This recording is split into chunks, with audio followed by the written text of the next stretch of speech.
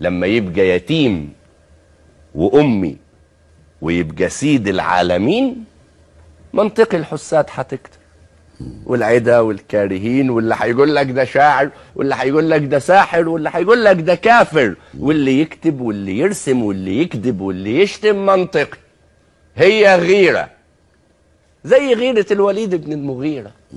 مش كان هيسلم، بس حاجة في نفسه حكت، كبره خلى نفسه شكت. أصل ده الكبر ده أكبر خطر.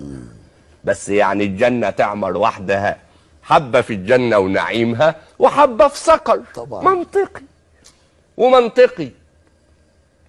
لما يبقوا المسلمين حالهم كده تطلع ضوافر للعدا. ما دمت مش زارع بإيدك غلتك، والجوع جرس على معدتك فزلتك.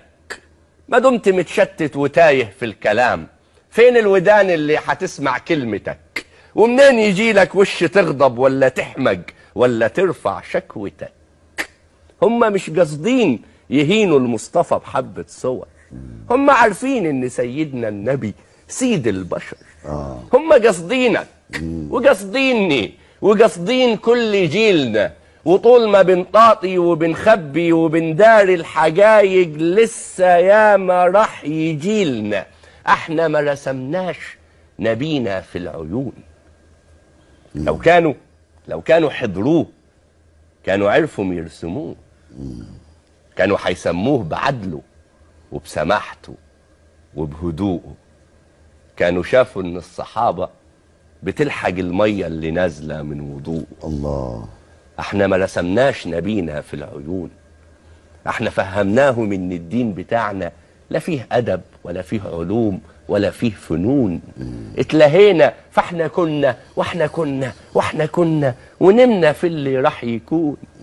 بس احنا فوقنا بجد، اسفين لك وراجعين لك.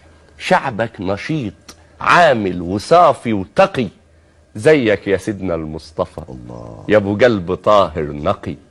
اما اللي واكلاهم غيرتهم فده منطقي. الله.